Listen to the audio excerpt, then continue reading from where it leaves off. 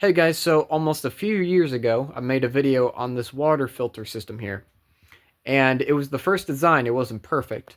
It was leaking a little bit, there was a gauge that was broken, the valve was jammed. So all those little faults added up to a major inconvenience, meaning it wasn't very service friendly and the main water had to be cut off to the house just to service these filters. And that was getting a little ridiculous. So a year and a half ago, we redesigned it, moved some valves around, got some new valves for it, and we changed the gauge out.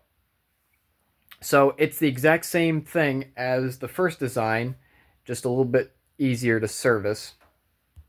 We were going to do it in copper originally, but after many failed attempts, we moved back to PVC. And here is how you put it in bypass. So open this up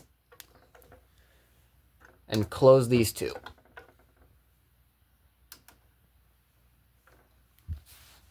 And then purge the water here. And then you push these two buttons here to release the pressure of these two. And then you can service it. And then to put it back into service, you close this. You open this, which will set the gauge off. And then you open this. And I like to purge it a little bit here, just to make sure that we've got all the air out. And there you go, now it's back in service. And if anyone wants to know, this drains here, which this also drains to. It goes down and it drains by the furnace. Right here, this little line here. Which this furnace is also tied into.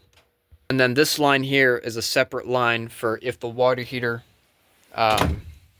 overflows. Right there.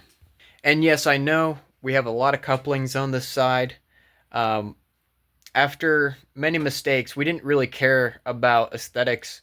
We just cared about functionality at that point. So this whole system was keeping us from having water, and we had to get it online fast. So don't mind the couplings here.